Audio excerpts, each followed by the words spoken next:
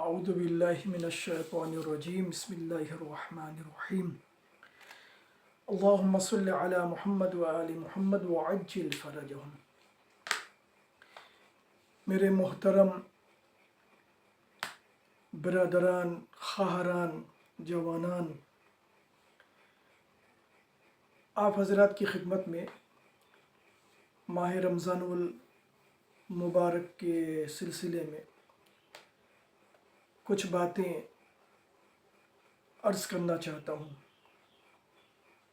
اس امید کے ساتھ کہ خداوند عالم آپ حضرات کے جو روزے ہیں اسے قبول فرمائے، آپ حضرات کی عبادت کو قبول فرمائے، قیام کو قبول فرمائے، اور آپ حضرات کی دعائیں اللہ سبحانہ و تعالیٰ جو ہے وہ مستجاب کرے۔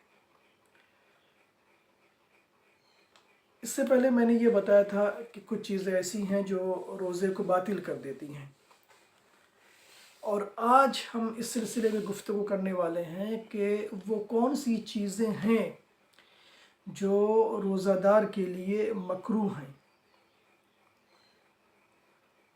جو روزہ دار کے لیے مکروہ ہیں۔ تو کچھ چیزیں ہیں جو روزہ دار کے لیے مکروہ ہیں، وہ کیا ہے؟ سب سے پہلی چیز، آنکھ میں دوا ڈالنا اور سرما لگانا، یہ مکروہ ہے۔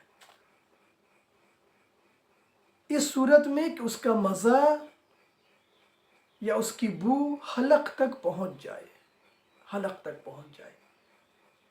آنکھ میں دوا ڈالنا، سرما لگانا، اس صورت میں کہ اس کی جو ہے وہ بو ہے اور اس کا جو ہے وہ مزہ، اس کا ذائقہ حلق تک پہنچ جائے، تو یہ مکروہ ہے۔ نمبر 2، ہر وہ کام جو کمزوری کا سبب ہو، جیسے خون نکلوانا بدن سے، تو یہ بھی مکروہ ہے۔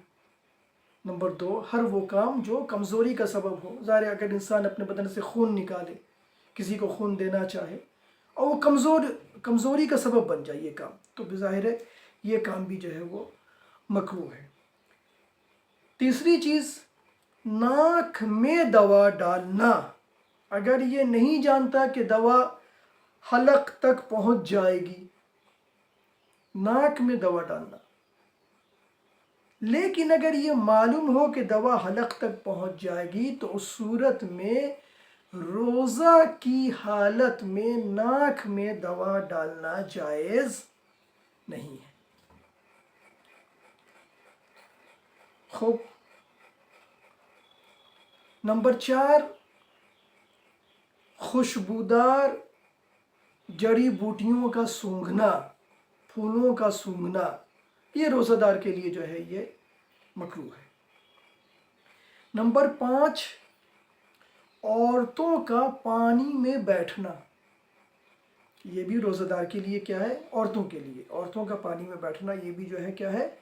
روزہ کی حالت میں یہ مکروہ ہے۔ دانت نکلوانا، نمبر 6، یہ بھی مکروہ ہے، یا ہر وہ کام جس کے انجام دینے سے منہ سے خون نکل آئے، تو یہ بھی روزہ دار کے لیے کیا ہے؟ مکروہ ہے۔ نمبر 7، گیلی لکڑی سے، تر لکڑی سے، مسواک سے دتون کرنا، یعنی مسواک کرنا بالکل گیلی لکڑی سے، تو یہ بھی جو ہے وہ مکروہ کے زمرے میں جو ہے یہ کام آتا ہے۔ نمبر 8، بلا وجہ منہ میں پانی ڈالنا، کلا کرنا بلا وجہ، کوئی مسئلہ نہیں ہے، لیکن انسان بلا وجہ جو ہے وہ منہ میں پانی ڈال رہا ہے اور کلا کر رہا ہے، تو یہ بھی جو ہے وہ روزہ دار کے لیے کیا ہے؟ مکروہ ہے۔ انسان جو لباس پہنا ہوا بدن میں، ٹھیک ہے، اس لباس کو تر کرنا، اب ظاہر ہے یہ لباس جو ہے وہ گرمی ہی کے موسم پہ انسان کوشش کرے گا کہ مثلا بہت زیادہ گرمی ہو رہی ہے اور ہم اپنے بدن میں ذرا سا پانی چھڑک لیں، تو اس لباس کو ترک کرنا جو ہے، تر کرنا، یہ بھی روزہ دار کے لیے جو ہے یہ مکروہ ہے۔ اور پھر ایک چیز جو روزہ دار کے لیے مکروہ ہے، سپوزیٹوری جو ہوتا ہے وہ سپوزیٹوری، یہ روزہ دار کے لیے جو ہے مکروہ ہے۔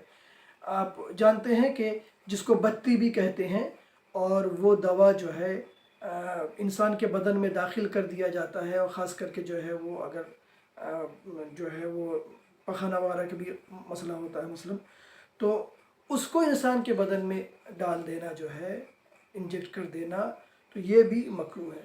تو یہ کچھ چیزیں ہیں جو روزہ دار کے لیے مکروہ ہیں، اور اس کے اوپر خیال رکھنے کی بہت زیادہ جو ہے وہ ضرورت ہے۔ تو روزے میں مین چیز جو ہے وہ پرہیزگاری ہے، یعنی انسان ہر وہ چیز جو مکروہ ہے اس سے پرہیز کرے، اور جو باطل چیزیں ہیں جو روزے کو باطل کر دیتی ہے اسے تو خیر روزہ ہی چلا جائے گا، لیکن مکروہ چیزوں سے بھی انسان جو ہے وہ پرہیز کرے، تو اس سے جو ہے روزہ اللہ کی بارگاہ میں بہتر طریقے سے انسان جو ہے اسے بھیج سکتا ہے۔ اور روزہ صرف اور صرف اللہ کے لیے، حدیث قدسی میں ہے کہ اللہ سبحانہ وتعالیٰ نے فرمایا ہے کہ روزہ میرے لیے ہے اور میں ہی اس کی جزا ہوں۔ اب آپ تصور کریں، جس چیز کی جزا، جس کام کی جزا خود خداوند عالم دینا چاہتا ہے، تو وہ جزا کیسی ہوگی؟ ہم آپ کسی کو جزا دیتے ہیں وہ ایک الگ مسئلہ ہے، لیکن خدا کے خزانے میں کسی چیز کی کمی نہیں ہے، اور خدا اگر اسے دے دے گا تو اس کے خزانے میں کمی نہیں ہوگی۔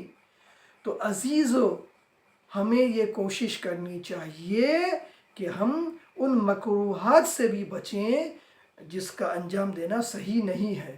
مکروہ وہ کام ہے جس کا نہ کرنا بہتر ہے، اور اگر آدمی کرتا ہے تو اس کو کوئی مثلاً عذاب نہیں ہوتا، لیکن اس کو چھوڑ دینا، اس کو ترک کر دینا، یہی سب سے بہتر طریقہ ہے۔ خداوند عالم سب کے اعمال کو قبول فرمائے، روزے کو قبول فرمائے، اس امید کے ساتھ کہ اللہ سبحانہ وتعالی ہم لوگوں سے راضی ہو جائے۔ السلام علیکم ورحمۃ اللہ وبرکاتہ۔